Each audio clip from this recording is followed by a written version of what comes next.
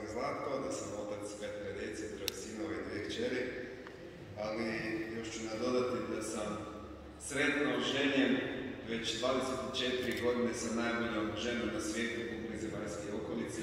Evo je ta dama koja čitala prvo čitanje, moja princeza Sandra. Uvijek kada sam pozvan da negdje svjedočim, da se sjećam nedostojno ove velike časti, tako i danas. I uistinu nisam dostojan govoriti pred vama niti po svojoj snazi, niti po svojoj nekoj veličini, svetosti, intelektualnom bogatstvu, ničem. Osim po milosti Božjoj, reći vam najljepšu, najvažniju i najbitniju istinu.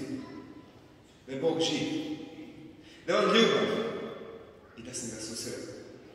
Evo, to je poruka nade naše kršćanske vjere.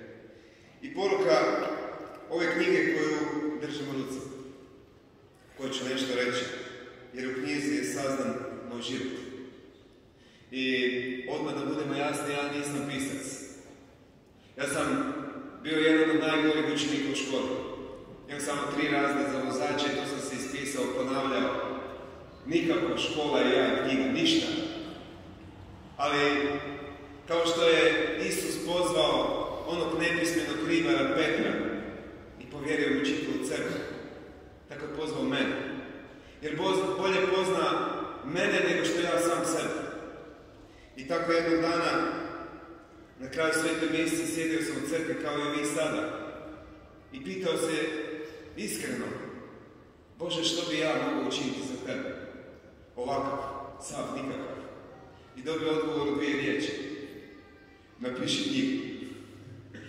To je glas koji je protutnio kroz moje biće, kao da govori svaka stanica, svaki atom, ruke, noge, čitavo biće. Ja sam rekao: ne, nikada, istrčao van iz crkve. Ali Bog me dalje poticao. I tada sam jednog dana pokleknuo počeo pisati, nakon što sam pročitao kratki nagovor svjedočanstva majke Tereze iz Kalkute, kada ona dobila poziv unutar poziva, bila ravnateljica u školi i dobila poziv da pazi djecu koja nikad neće platiti. Ona je najsiromašnija, ona je odbačena. I tada je otišla, kad je Bogu rekla da, prvo se izgovarala i rekla: ja sam neuka, ja ne razumijem, ja ne shvaćam, Bože, što od mene tražiš. I tada je, kad je rekla da, otišla na smetlište, tamo da ste odbačeni, rekla: tu sam doživjela Boga. Ja sam si mislio, ako je ovo bilo toliko luda, nakon toga poslala sve i nahranila milijone ljudi, 1000. Tako mogu ja sjesti i početi pisati. Kasnije se nastavio u kamionu, prek telefona nazvao djeci i onda se dalje pisala. I što je to bilo toliko važno? Trebam zapisati. U ovoj knjizi pišem o snazi sakramenata Katoličke crkve. O svetoj ispovjedi koja me u mladosti, nakon što sam dobio odrešenje, nakon sad vremena što je trajala ispovjed, nakon što sam odbacio Boga, ta ispovjed je promijenila moj život.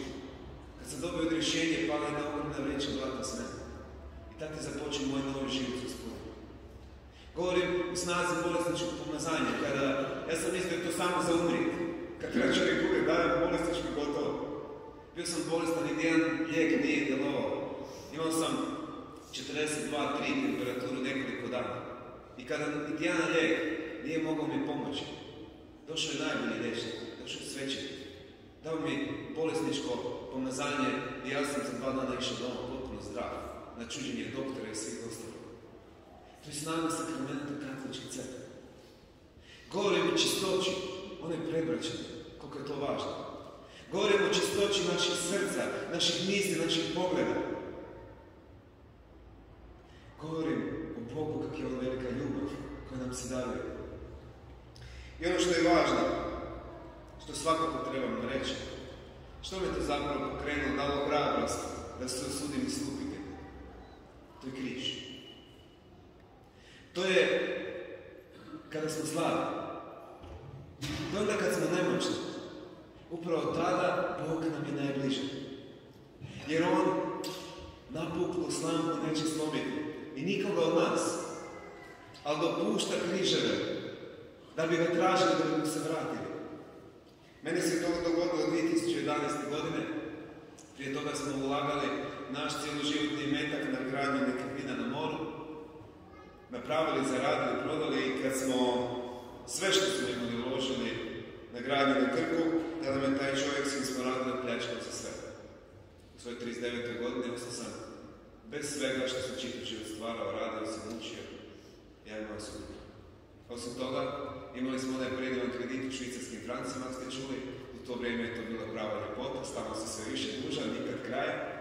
Sve pod hipotekom, kuća naša, kuća naših roditelja. 3 tjedna nakon stečaja, kad sam išao na posao, dogodila mi se saobraćajna nesreća. Zavrtio sam se na jednom zaleđenom mostiću, naletio na to jedna gospođa koja me udarila, prikrečila mi oba dvije noge, desno su mi zagipsali, pokrpali, lijevu su mi morali amputirati. Ja sam danas 80% invalid na donje ekstremitete, imam protezu na lijevoj nozi, ovdje. I kad sam ležao tako slomljen, opljačkan, dužan, u bolnici, pitao se, Bože, gdje si?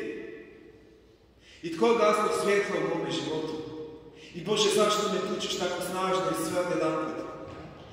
Tada je došla moja supruga do mog bolesničkog kreveta i rekla mi najljepšu vijest. Rekla mi je, Zlatko, ja sam trudna. 2 mjeseca s našom 5. djetetom. Ja sam je gledao i pitao se, što reći? Što će mi reći? Ona je tada rekla najljepše riječi koje se trebao čuti.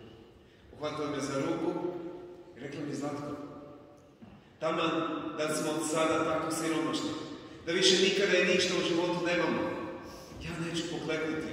Ja sam majka i daću život tome djetetu jer Bog ima plan za nas. I kad je izgledala sam izgubio sve, nisam ono što je najvrijednije. Vjeru u Boga i ljubav u moje žene. Možda je ludost prihvatiti danas 5. dijete u takvim okolnostima, ali to je bio najveći blagoslov. Ja sam znao da Bog to mora čuti i čuje. I malo iza toga došao svećenik, bolnički kapelan do mene u bolnicu i pitao me kako sam. I ja počnem svoje jadikovke. Izgubio sam to i to. I kako ja više govorim, taj se svećenik sve više smije. Ja mu još velim, nisam uplatio kasku policu životnog osiguranja koje sam plaćao na 7 godina, treba se dobiti oko 2,5 milijuna kuna, ovo što nisam uplatio. I on se do kraja smije, širok i ozbiljno, kaže mi, Zlatko, to je prava stvar! Ja ga gledam i mislim si, je li on normalno? Kako mi to može reći? On nije govorio po mudrosti ljudskoj, nego po sili Božoj i rekao mi proročke riječi. Tada mi je rekao u bolnici, Zlatko, tvoji su problemi, drago Bogu, ništa. Prava sitnica. Jer danas te zove da mu predaš svoj život. Ako si to spreman učiniti, tada mi je rekao, pisat ćeš o njemu. Svjedočit ćeš ljudima jer imat ćeš pravu radost, koja ne visi tvome novce, koja tvome zdravlje, koja ti daje Bog. Ja sam si mislio, ljudi, 100%, šta Bogu? Šta ako je istina? Vidio sam da to rekao nekom zanosom potpuno izvan sebe. Bio sam u kolicima, otišao sam u bolničku kapelicu. I tamo pred tabernakom rekao sam, Isuse, ako si čuo sve ovo što mi ovaj svećenik rekao, i ako ti to nešto znači, evo ja ti predajem svoj život. Moja matematika je stala. Moja supruga sve kad mi se zaposlila kao frizerka ne bilo dovoljno za ratu kredita, kako dalje, ja ne mogu raditi. I tada se spustila neka velika radost na mene, neki mir. I kao da sam u tom trenutku napravio najvažniji ugovor u svome životu, bez tinta i bez papira, sa Duhom Svetim, sa dragim Bogom. I tako je počela moja radost Boga. Došao sam doma u jednom trenutku kad sam opet bio u tjeskobi i mislio da sam smeće. Ja ništa nemam, da sam izgubio sve što ovaj svijet smatra najvrijednijim. Novac i zdravlje. I plakao. Jer trebao se ići na WC, a nije na WC prilagođen Hristovom kolicima. I ja plačem. Tada prvi put protutnije taj unutarnji glas u meni i kaže mi, ne boj se, ja sam s tobom. I 365 puta piše u Bibliji to ne boj se. Bog nas želi ohrabriti za svaki dan. Ja sam upravo tada bio najslabiji, bio sam na dnu svoga života. I tada je počela moja avantura. Jer nebitna je naša ljudska nemoć, ako smo uronjeni u božansku svemoć. I nikada nam nitko ne može toliko uzeti koliko nam Bog može dati. I ja govorim o zdravlju naše duše.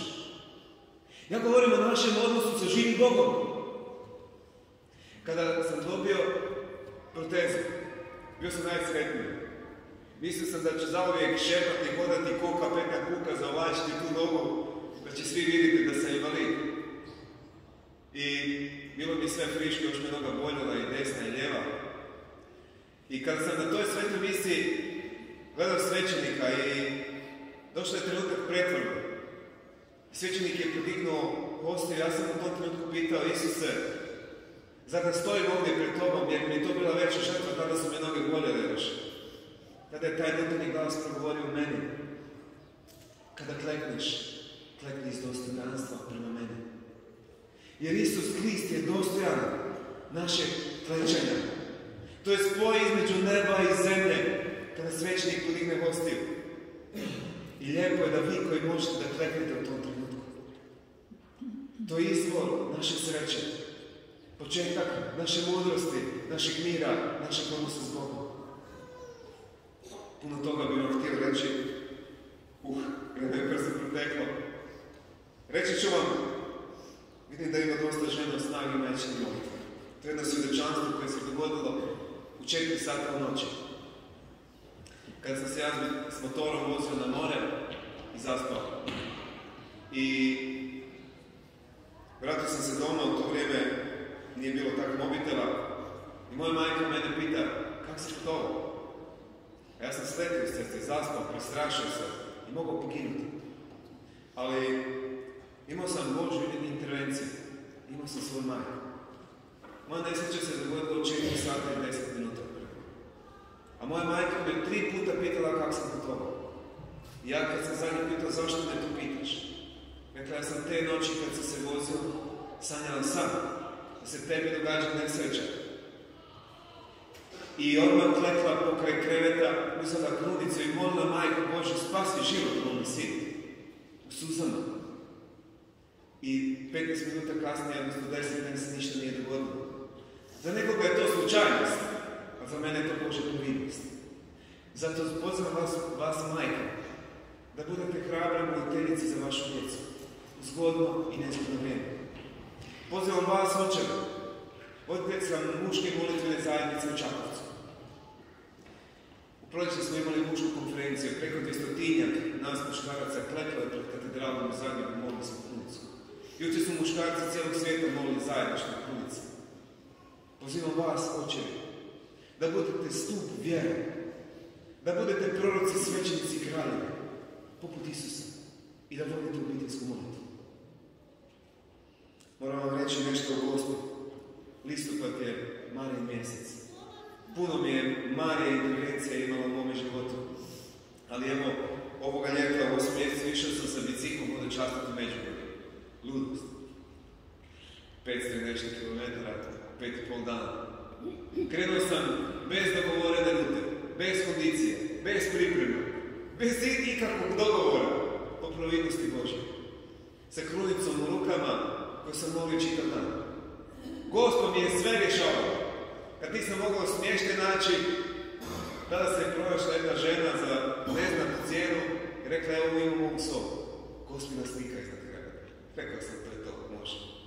Kad mi je pukla guma usred ničega i nisam više imao rezervu, pitao sam šta ću, krenuo sam, prestigao me neki čovjek sa biciklom, stao nakon 20 km, ja ga upoznam, pitam kako je, pričamo, i on donio mi jednu gumu za tebe.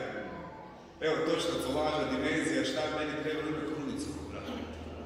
Kad mi se bicikl pokvario u Imotskom, došao jedan čovjek koji mi je pomogao sve popraviti pa servisirati besplatno. Imao je krunicu oko svoga bicikla na motoru. Kada sam u Cista Provo došao, kiša, vjetar, ne znam kuću, nema smještaja, sve zauzeto, pogledao sam na crkvu, vrata otvorena, bila je sveta misa. Ja uđem pitan svećenika velikog časa za Međugorje, on nemam gdje spavati, ako možda ima neki smještaj. Ono je super! Upravo sam jučer završio jednu sobu samo za hodočasnike. Biće mi drago da vas ugostim. ćete prvi. I onu krunicu koju sam imao na volanu par kilometara prije sam izgubio, on mi je vratio prvo takvu krunicu sa 10 crna, da sam dalje mogao moliti. Dao mi jednu majicu iz svoje mlade misli gdje je pisalo niste vi izabrali mene, nego sam ja vas. Gospod je bilo s menom na svakom kilometru. Nije bilo muke, jer je bio Bog s menom. Jer je Gospod tu. I svi smo mi hodočastiti na ovoj zemlji. Naš cilj je nebo. I lutalac je čovjek na ovoj zemlji dok pozna Boga. Budući da je nedelja zahvalnosti, na poseban način Isus skreće pozornost na zahvalnost. Ja ću vas sada pitati, da li imate da vas je neko u životu povrijedio? Da vas je stano na žulj? Da vam baš ne paše glasu? Je li vam ikad palo na pamet da toj osobi za nešto zahvalite? Vjerojatno ne. Isto kao i mene. Jer zahvalnost je govor ljubavi. Kad imaš potrebu nekome zahvaliti, znači da ga ljubiš. I dok ću ja pronalaziti nekoliko riječi o zahvalnosti, potičem vas da u duhu odete do te osobe koja vas je povrijedila i pronađete barem jednu stvar, da joj kažete hvala. Jer zahvalnost je upravo ovo. Pišem to u svojoj knjizi ovako. Ovo sam dobio od Gospodina, u riječi zahvalnosti. Zahvalnost su vrata kroz koja će vam kroz život, ako ih budemo otvarali, sigurno ulaziti više svijeta. To je govor ljubavi između Boga i ljudi. Tom riječu zapravo odlučuje koliko jako žarno stavljamo svoje srce da mi svijeti kroz život. Zahvalnost je plod naše vjere. Zato tu riječ koristite često u zgodnim i nezgodnim prilikama, te neka svima nama bude kao svjetionik koji osvjetljava naše susrete i ceste dok koračamo ovom zemlju. Evo, gotovo je moje vrijeme isteklo, neću dalje, ali završit ću sa naslovnicom ove knjige, što ona znači. Kada je knjiga bila gotova, tad sam rekao, Isuse, što bi sad ti htio, kako da izgleda ta naslovnica, ja nemam pojma, oče bijela, zelena, žuta, kakva već, molim te pomozi mi. I tada je molitvena zajednica Totus Tus, koja je posvećena Gospi, Marijinska zajednica. Pjevala bi se na njihovu susretu, pjevala je pjesmu Moji si plaću krenu idu. I oni tu pjesmu pjevaju nekoliko puta refrena, ja u jednom trenutku iskreno kažem, Bože, a naslovnica moja! I tada dobijem viziju, sliku ove naslovnice, evo što ona znači. Ovdje je silueta čovjeka koji ima protezu, ali taj ne šepa i ne predaje se, nego trči iz tame života prema svijetlu, prema nebu. I ovdje je poruka, podnaslov, moj si plaća krenu igru. To je refren te pjesme, dio 30. psalma i poruka čitave ove knjige. I ovaj naslov ti si svjedok, ne odnosi se samo na mene. Ja sam svoj dio stavio u korici. Odnosi se, drago braće i sestre, na svakog od vas. Jer upravo je vaš život, možda jedino evanđelje vaših prijatelja, na poslu, u školi, tam gdje jeste, da ga čita izvorno kroz vas. I ova knjiga je jedan dio materije koji će nestati. I jedino što ćemo nositi pred Boga jest ono što smo učinili za druge. Sveti Franjo, ovo je Franjevačka crkva, je u jednom trenutku rekao sve ono što mi imamo, a nismo dijelili s onima koji su u većoj potrebi, smatrajte kao krađu.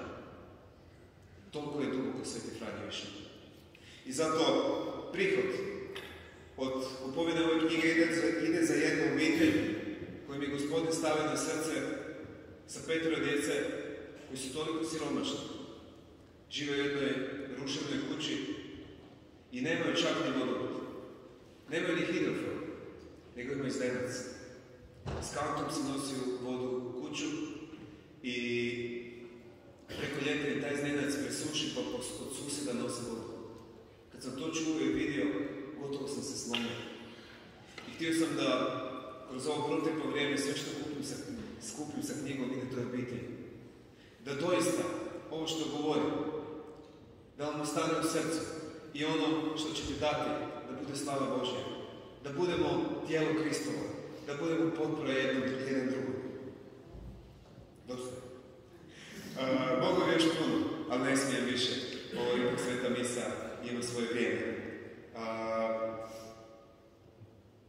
Hvala vam što ste me slušali. Hvala vašem svećeniku što mi je kazao veliko povjerenje da vam se smijem obratiti. Bog vas blagoslovio. Hvala vam. Amen.